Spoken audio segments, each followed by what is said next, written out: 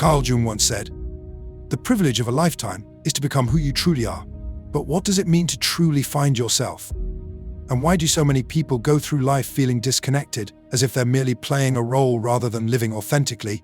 Imagine waking up one day with the unsettling realization that the life you've been living isn't truly your own. That every decision you've made, every belief you hold, and even the desires that drive you may not have originated from the deepest part of who you are, but rather from the expectations, conditioning, and unseen influences of the world around you. Think about it. How much of your identity is a reflection of your authentic self, and how much is a carefully constructed mask shaped by external pressures? How often do you feel like you're just playing a role, living according to a script written by society, your upbringing, or by the fears that whisper in the background of your mind? Today, we're embarking on an exploration of one of Carl Jung's most profound insights, the idea that life doesn't truly begin until you find yourself. But what does it mean to find yourself? Is it merely about gaining self-awareness, or is there a deeper, more transformative process at play? Carl Gustav Jung was a pioneer of depth psychology, a thinker who ventured beyond traditional theories of the mind to explore the vast hidden realms of the unconscious. Unlike many psychologists of his time, Jung didn't believe that mental well-being was simply about adjusting to societal norms. Instead, he saw psychological growth as a journey toward individuation, the process of becoming one's most authentic self. But here's the reality: most people never take that journey. They remain trapped within a version of themselves that has been shaped by external influences. They live according to expectations, never questioning whether the life they lead is truly aligned with who they are. They seek validation from the outside world, believing that happiness comes from approval, success, or fitting in. Yet deep down, there's a quiet unrest, an unshakable sense that something is missing. Jung believed that true life begins when we stop running from ourselves. But before we can talk about what it truly means to find yourself, we must first understand what prevents most people from ever doing so. From the moment we enter the world, we are conditioned. We're given names, identities, and predefined roles. We're taught what is acceptable and what is not, what is rewarded and what is punished. This process is so subtle and gradual that we rarely question it. We adapt, we conform, and over time, we learn to suppress parts of ourselves that don't align with the expectations placed upon us. Think back to your childhood. Were there moments when you expressed yourself freely, only to be met with disapproval? Perhaps you were told to be realistic, to stop being too sensitive, or that certain emotions and desires were inappropriate. Slowly, you learned to hide those parts of yourself, to tuck them away where no one could see them. And in doing so, you began to build a mask, what Jung called the persona. The persona is the face we present to the world. It allows us to function in society, to navigate relationships, and to gain acceptance. But here's the problem. The more we identify with this mask, the more we lose touch with our real selves. We begin to believe that we are the persona, forgetting that there's something deeper beneath it. And then there's the other side of the coin, the shadow. If the persona is what we show the world, the shadow is what we hide from it. It consists of everything we've rejected or suppressed within ourselves: our fears, our unspoken desires, our vulnerabilities, and even our hidden strengths. Here's where it gets even more profound. The shadow doesn't just disappear. It doesn't vanish simply because we refuse to look at it. Instead, it operates beneath the surface, influencing our thoughts, our behaviors, and even our emotional reactions. The parts of ourselves that we reject don't go away. They manifest in unconscious ways, often in the form of projection. Have you ever intensely disliked someone without fully understanding why? Have you ever been triggered by certain behaviors in others that seem to provoke a strong emotional reaction? Jung believed that when we're disturbed by qualities in other people, it's often because those very qualities exist within us, hidden within our own shadow. But what if I told you that within the shadow lies the key to true self-discovery? That the parts of yourself you've suppressed and ignored are not your enemies, but rather the missing pieces of your wholeness. Jung's great insight was this: psychological growth is not about eliminating the shadow, it's about integrating it. It's about looking into the depths of your own unconscious and facing what you have denied. Because when you do, you unlock a profound source of personal power, authenticity, and freedom. This is where the real journey begins. Are you ready to confront the truth of who you are? To break free from the illusions that have shaped you? Because what comes next will challenge everything you thought you knew about yourself, and it will open the door to a life that is truly yours. Most people go through life believing that they already know who they are. They define themselves by their name, their job, their culture, their past experiences. But what if I told you that your identity is far more complex than you realize? That the self you believe yourself to be is just a surface-level construct, a fraction of a much deeper, more profound reality. Carl Jung believed that within every individual, there exists a hidden world, a vast and intricate inner landscape filled with forgotten memories, suppressed emotions, unacknowledged desires, and untapped potential. And the key to truly finding yourself is not in constructing a new identity, but in uncovering what has been buried within you. Let's take a moment to reflect. Have you ever felt a deep, unexplainable longing for something more? A sense that there is a greater version of yourself waiting to emerge? This is not just imagination, it's the voice of your unconscious mind calling you to something greater. Jung referred to this process as individuation.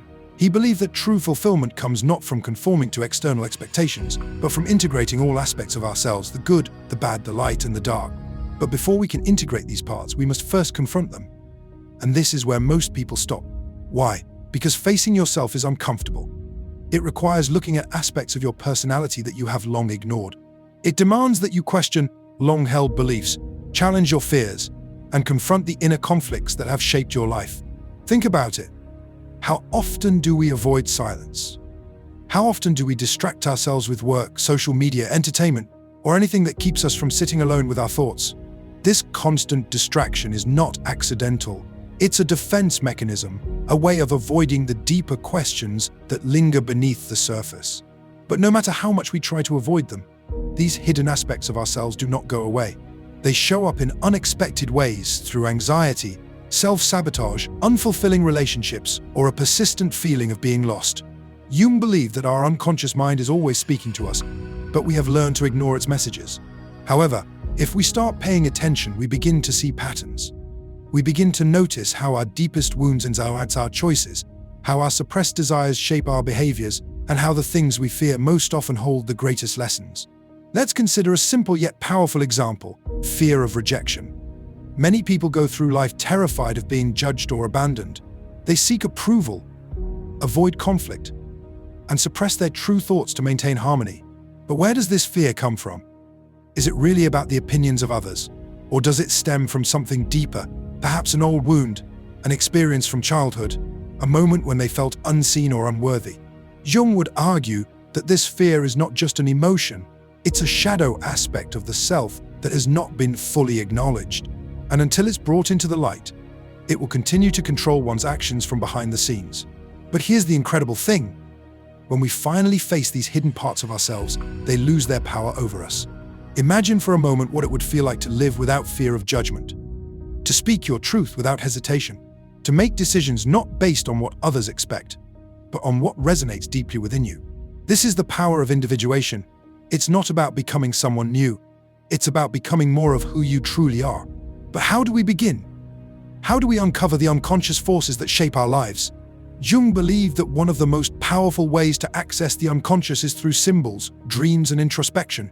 He saw dreams as messages from the deeper self, revealing hidden truths about our psyche. He also emphasized the importance of creative expression, art, writing, music, and other forms of self-exploration, as ways of accessing and integrating the unconscious mind. But perhaps the most important step is simply this: awareness. The moment you begin to question your thoughts, your reactions, and your deeply held beliefs, you're already taking the first steps toward transformation. The moment you stop running from discomfort and start facing it with curiosity, you begin to reclaim your true self. Because here's the truth: most people live their entire lives as strangers to themselves. They follow the paths laid out for them, never realizing that they have the power to choose something different. They suppress their true nature, never realizing that their greatest strength lies in embracing all that they are. But you don't have to be one of those people. You have the power to break free from the illusions that have held you back, to shed the layers of conditioning and fear that have kept you from experiencing life fully, to step into the fullness of who you are, unafraid and unapologetic. If the journey to finding yourself were as simple as making a decision, everyone would already be living in complete alignment with their true nature. But as we've seen, the process is far more complex. It's not just about choosing who we want to be. It's about uncovering the forces that have shaped us, facing the parts of ourselves we've rejected, and integrating them into a whole, authentic identity. But here's a question: why do we feel drawn to certain behaviors, desires, or fears? Why do we repeat the same mistakes or fall into the same patterns, even when we try to change? Carl Jung's answer was revolutionary. He believed that within every human being there exist universal patterns, deep-rooted psychological blueprints that influence our thoughts, emotions, and behaviors in ways we often don't fully understand. He called these patterns archetypes. Jung argued that archetypes are ancient, collective images stored in what he called the collective unconscious, a level of the psyche shared by all human beings, inherited from the experiences of our ancestors. These archetypes shape our personal identity, our relationships, and even the way we perceive the world. Think about the stories that have been told throughout history: the hero's journey, the wise mentor, the shadowy villain, the innocent child. These characters appear in myths, religions, literature, and even in our dreams. They're not just fictional, they represent psychological forces that exist within all of us. And whether we realize it or not, these archetypes are constantly at play in our lives. For example, consider the hero archetype. This is the part of you that longs for purpose, that feels called to something greater. It's the part of you that seeks to overcome obstacles, grow stronger, and achieve a higher version of yourself. But this archetype doesn't exist in isolation. It's always accompanied by the shadow. The shadow, as we discussed earlier, represents the repressed and hidden aspects of the self. It's the part of you that contains your fears, your weaknesses, and even your untapped potential. In myths, the hero must confront the shadow, often symbolized as a monster, an enemy, or a great challenge, before they can truly evolve. Now, let's bring this into real life. Have you ever had a moment when you knew you needed to change, but something inside you resisted? A time when you had the opportunity to step into a greater version of yourself, but fear, doubt, or self-sabotage held you back. This is the battle between the hero and the shadow playing out within you. The mistake most people make is trying to suppress the shadow instead of understanding it. But Jung believed that true transformation happens when we integrate the shadow, not by rejecting it, but by learning from it. Let's say you struggle with self-doubt. Instead of ignoring it or pretending it doesn't exist, Jung would encourage you to ask, where does this self-doubt come from? Is it truly yours, or was it planted in you by past experiences, societal expectations, or the voices of others? What lessons does it hold? Could it be that within your doubt, there is actually a hidden strength, such as humility, introspection, or the ability to see things from multiple perspectives? When we begin to see our struggles not as weaknesses but as messages from the unconscious, everything changes. But archetypes go beyond just the hero and the shadow. There are many other forces within us, each with its own role in shaping our identity. One of the most powerful is the anima and animus archetype. Jung believed that within every man, there exists a hidden feminine side, the anima, and within every woman, there exists a hidden masculine side, the animus. These are not about gender in the physical sense, but about the balance of energies within us. The anima represents intuition, emotion, creativity, and deep connection with the unconscious. The animus represents logic, structure, discipline, and assertiveness. When these two forces are in balance, a person feels whole. But when they're out of balance, inner conflict arises. For example, a man who rejects his anima may struggle with expressing emotions, fearing vulnerability as a weakness. A woman who rejects her animus may struggle with asserting herself, feeling hesitant to take control of her own life. But when these energies are embraced rather than suppressed, they become a source of immense strength.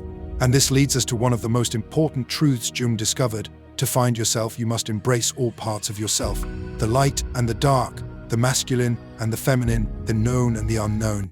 Individuation is not about becoming something different, it's about becoming whole. But there's one final piece to this puzzle, one last revelation that ties everything together. And it's perhaps the most powerful of all, because the greatest obstacle to finding yourself is not just fear or self-doubt or external conditioning, it's something far deeper, something hidden in the very fabric of how we perceive reality itself.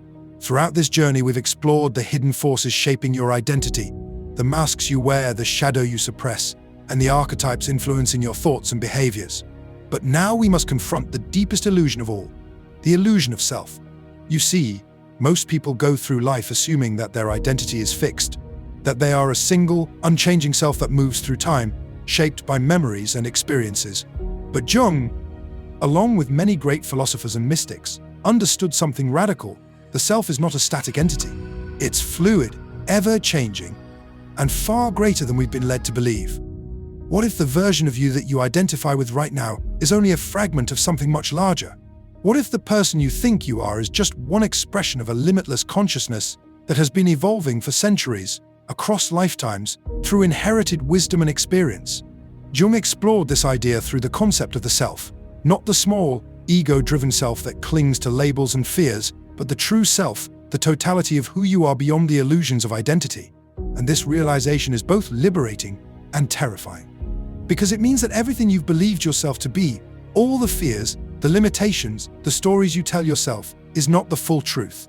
It's merely a construct, a temporary framework built by the mind. Here's the most powerful truth of all. You are not just a single, isolated being moving through life. You are a vast, interconnected field of consciousness, carrying within you the wisdom of generations, the depth of the unconscious, and the potential for transformation that is beyond imagination. But if this is true, then why do we feel so limited? Why do we experience suffering, doubt, and fear? The answer lies in the ego. The ego is not the enemy. It's simply the part of the mind that creates a sense of separation. It's the voice in your head that says, "This is who I am, and this is who I am not." It builds walls, defines borders, and keeps you tethered to familiar patterns. And while the ego serves a purpose, it's also the greatest obstacle to self-discovery. Because in truth, you are not limited to a single identity. You are a being in constant evolution. And the moment you stop clinging to the idea of who you think you are, you unlock infinite possibilities. But how do you do this? How do you step beyond the illusion of self and into the fullness of your existence? Jung offered a path, one that requires courage, deep introspection, and a willingness to surrender everything you thought you knew about yourself. First, embrace the unknown. Most people fear the unknown because it represents uncertainty. But the unknown is where growth happens. It's where transformation occurs. When you stop resisting the mysteries within you and instead lean into them with curiosity, you begin to see the world and yourself with new eyes. Second, release attachment to labels. You are not just your name. You are not just your job, your past, or your personality. You are something far beyond definition. When you let go of rigid identities, you create space for something greater to emerge. Third, listen to the unconscious. Your dreams, your